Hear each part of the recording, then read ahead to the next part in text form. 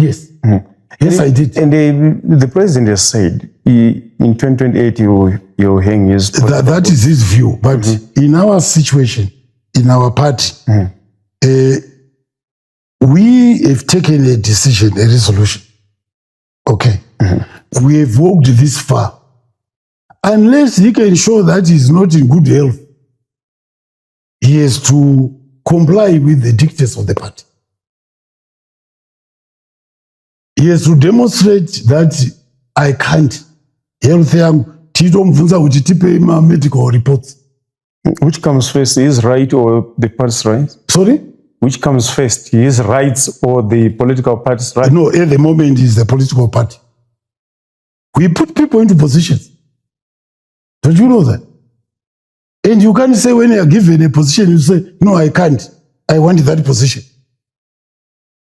Those networks. Tiri kutitungamirire, tiri panguva yakadari titungamirire. Iye woti handidi. Zvinoita. Yes, you come to the no, ndinoda asi ndarwara. That's sensible. Tota okay, totsvagani. Totsvaga Costa Ngomo kuti atitungamirire. Andizvo. Yes. Tosvika kuna Costa Ngomo woti handidi. Tinatsa kuona kuti ari mupenyu. Hazviitwi. But Vachina Masa, within the party, I understand it's not there are some who actually disagree.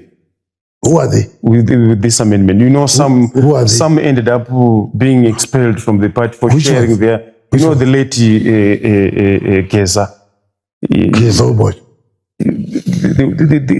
The military person. Yes. Yeah. No.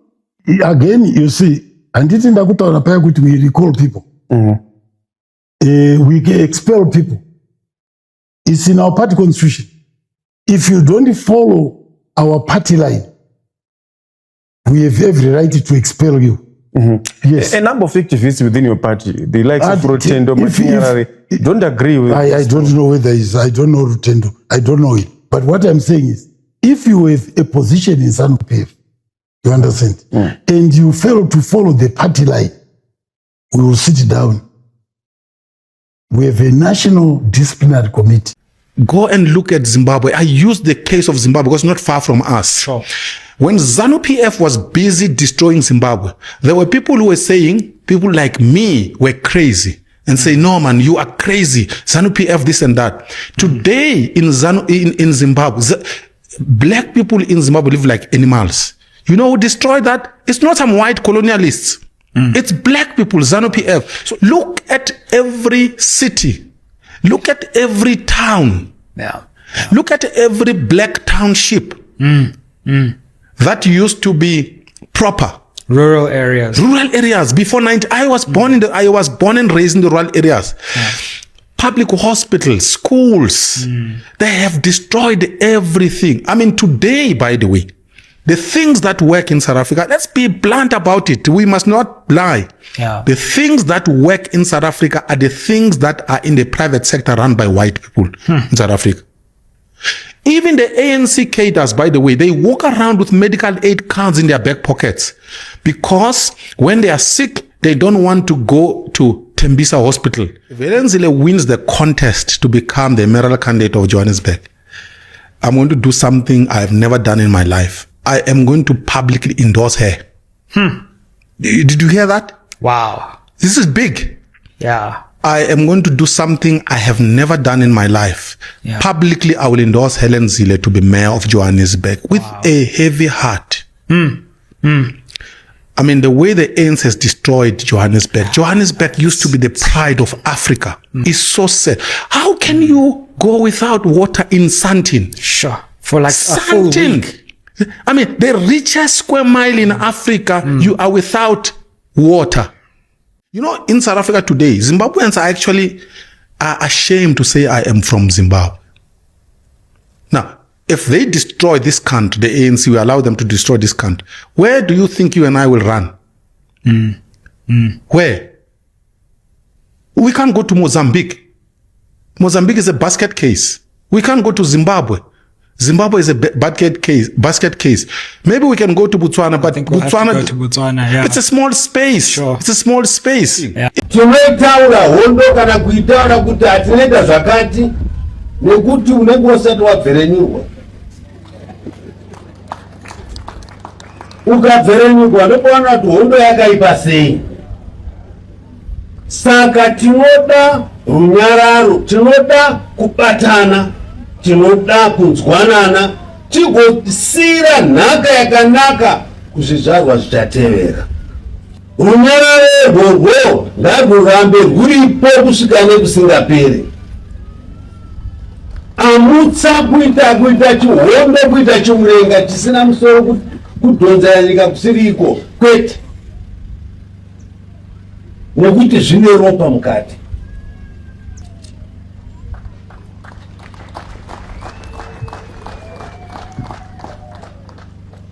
Vana Lloyd vakaita basa ravo vakaripedza.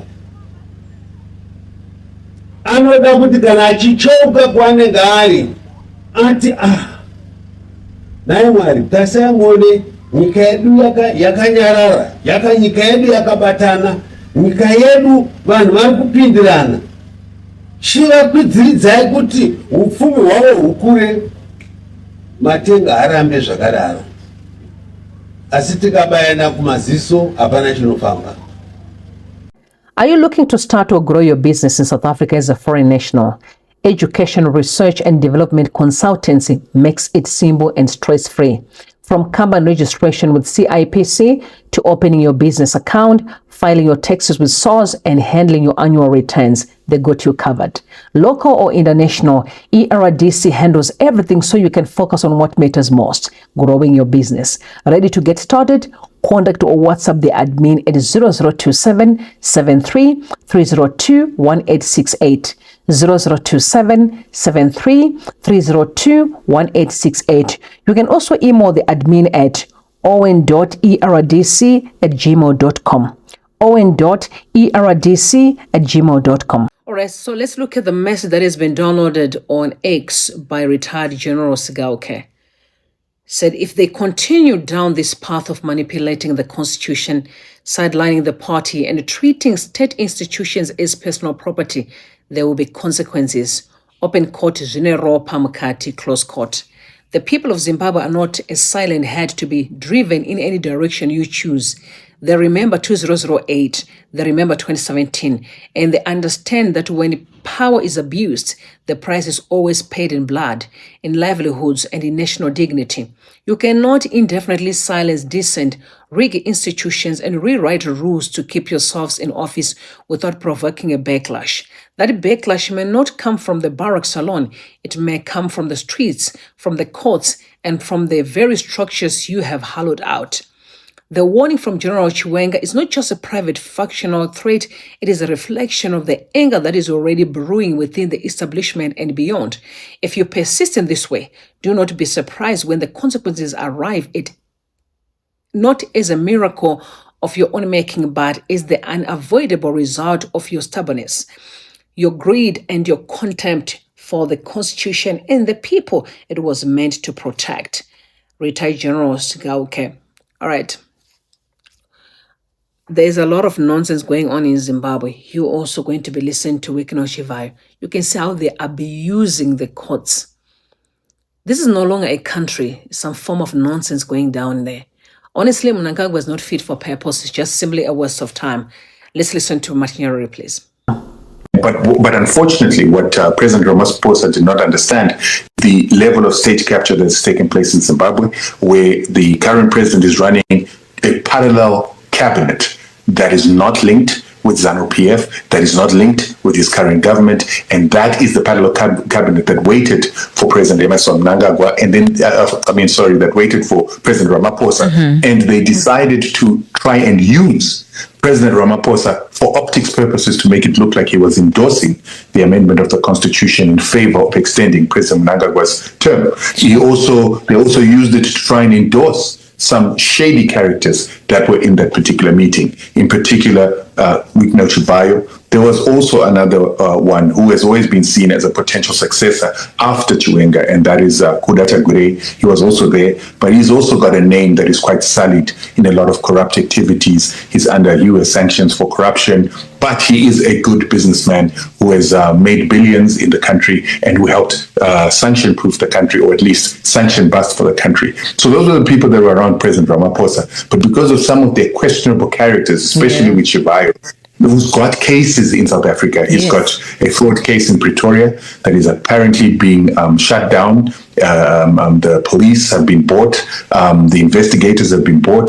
The NPA has also been challenged to say, what are you doing about the fraud case with Chivayo? And the NPA is not giving answers. And people perceive that Chivayo has corrupted those institutions, and he's now using his proximity to President Ramaphosa as a means to try and send a message to these institutions that I'm untouchable because I'm related or I'm associated with President Ramaphosa, which is why there was a very big problem this week when a picture was leaked after President Ramaphosa said he's never met Wicknell before. There's now a picture that came out months ago that has been leaked that seems to prove that President Ramaphosa and Chivayo know each other, and in fact, Chivayo has come to the residence of President Ramaphosa, and they spent quite a lot of time together. And now that is creating a problem where people are questioning where this relationship comes from with a corrupt individual that's under investigation, who's even got bank accounts that have been frozen and blocked by banks that are saying that he's a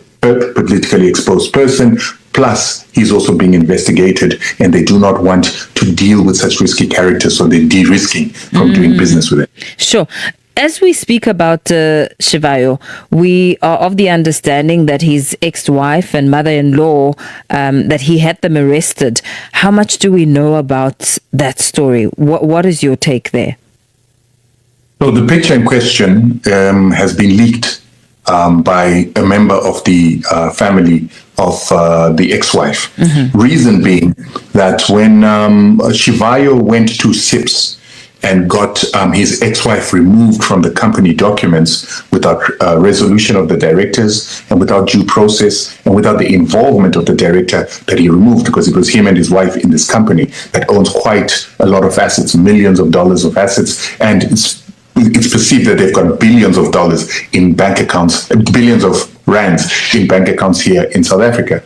And so by removing his wife, he's basically robbing her of these millions, billions, whatever they are. And so she opened a fraud case. On opening that fraud case, Chivayo tried to get in contact with his ex-wife, couldn't find his ex-wife, so he decided to put pressure on the mother. So apparently he is said to have called the mother, and then he had a video call with the mother, and then he passed her a video with himself and Ramaphosa, saying that there's no case that your daughter is going to open in South Africa that will actually take hold because I've got a good relationship with Ramaphosa, and here I am with Ramaphosa. So what happened is that she's been having problems with Wicknell, who's been harassing her, and besides harassing her, he's been depriving her of the money that he's been said that he must give her as part of the divorce settlement that the courts in Zimbabwe have determined he needs to give her while they're still finalizing the rest. And so while he was harassing her for that, some of the family members decided to share this video to say,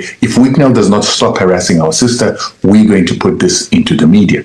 And so what happened is many of us who believe that we need a relationship between Zimbabwe and South Africa, we need a Ramaphosa to continue as president for stability of the rand, because the markets have got confidence in him. We didn't want this picture to leak. So we began to make overtures to people who know Wicknell. I personally know him, but I used other people since him and I have been sharing a few words, and we asked them to de-escalate, talk to his wife, stop harassing her so that this picture doesn't go into the public domain. And of course, he did not take heed. Instead, he went to get the wife arrested. He got her arrested on charges that she has leaked. She went and stole his phone, took the pictures out of his phone, and then leaked them in public. So that's a cyber and privacy crime. But there's no evidence that she stole his phone, because she hasn't been with him for up to 2 years, unless she is saying that she stole it 2 years ago, and that would mean that Wicknell and the president knew each other 2 years ago already. Then additionally, they put new charges saying that she had committed fraud together with her mother, who used to work in the bank, trying to take $1.4 million from a trust account that belongs to Wicknell's children. Then he went on again to press on other charges that said that he had put the president of Zimbabwe's reputation at risk, or at least she had undermined the president of Zimbabwe, which is a charge that many of us are not familiar with. And so there were a plethora of charges that kept changing. But today, when they went to court, the only charges that remained standing was the fact that he is saying that his ex-wife stole his phone. After stealing his phone, she then passed the video to her mother, and so then they leaked it onto social media. But at the same time, in the very same charges, he claims that the picture leaked into social media was actually an AI-generated picture. So why would his wife go and steal a picture from his phone and post it online? But but it just goes to show the what you call it, the comedy that has become the government of Zimbabwe. Yeah. Many people starting to wonder if President Mnangagwa. She's the mother of my children, so I have forgiven her. My kids have been calling, asking, where's mommy? So once it involves my kids, then I'm defeated, because those are the people I love the most.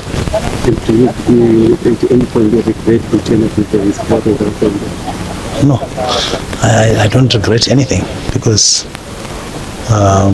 for my mother-in-law to circulate, fake pictures of me and President Ramaphosa as a way of trying to show that President Ramaphosa's spokesperson lied, that it was my first time meeting him at Pre-Cape Farm.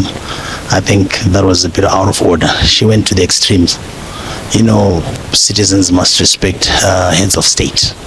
That was uncalled for, and she deserves to have slept inside for a few days, so she knows what to do as a 63-year-old woman. So, so does this mean this is the end of your relationship with the Mnangagwa family? No, our relationship can never end. We have 2 children, so it's okay, and I'll still be there for them. I have forgiven them. That's why I've withdrawn the charges. And does it mean similar charges including Yes, well, fraud, as a person who understands the law, there was no fraud that was committed, but she attempted to try and buy some piece of land worth 1.4 million with my children's investment. And according to the High Court order, we agreed that $5 million is for my children. It's a cash investment. But behind my back, she was trying to go and buy land to try and build clusters. So, as a mother-in-law, that's not her responsibility to try and run my children.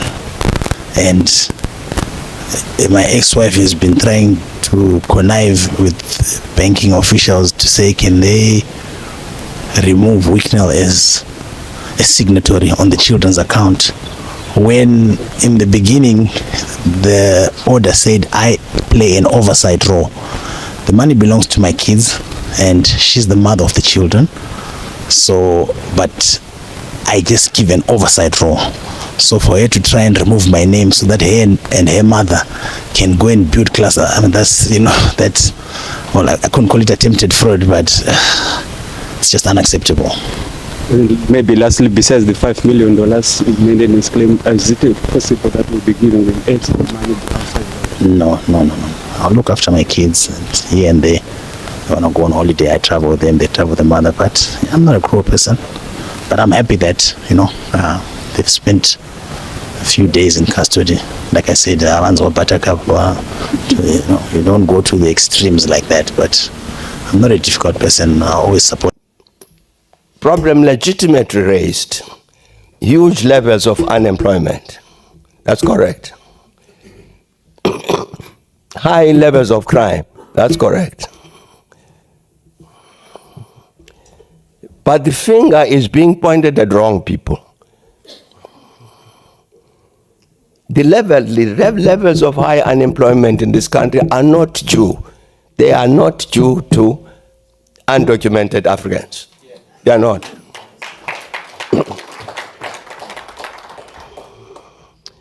We know the history in detail of how South Africa, 1994 to 2000, 2008, 2009, the country goes up like this.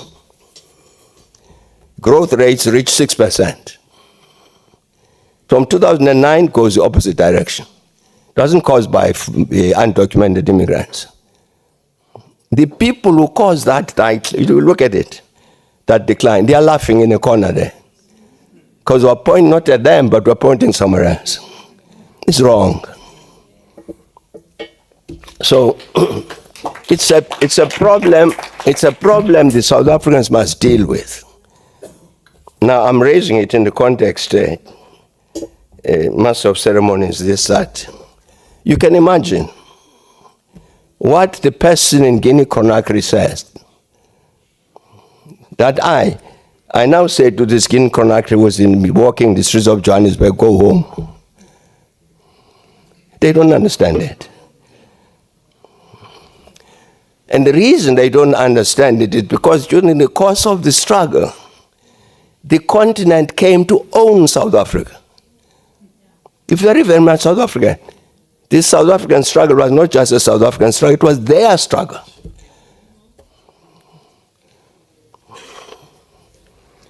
So, one prediction I will make, the Africans will continue to come to South Africa. Doesn't matter what you do. You can't change the hearts and the minds of these Africans. It's a particular frame of mind with regard to South Africa which they help to liberate. What we as South Africans have got to do is to say, how do we deal with this? You are not going to solve the problem of unemployment here by shouting against undocumented Africans. And leave the culprits. The culprits are sitting here. I can even tell you their names. But we're pointing fingers at the wrong people, and people are shouting, shouting, shouting. I'm saying that there's a regression that's taken place. That sense of African integration that we had 25 years ago, I think has receded. Why? I don't know. But that's a question that we must ask and answer.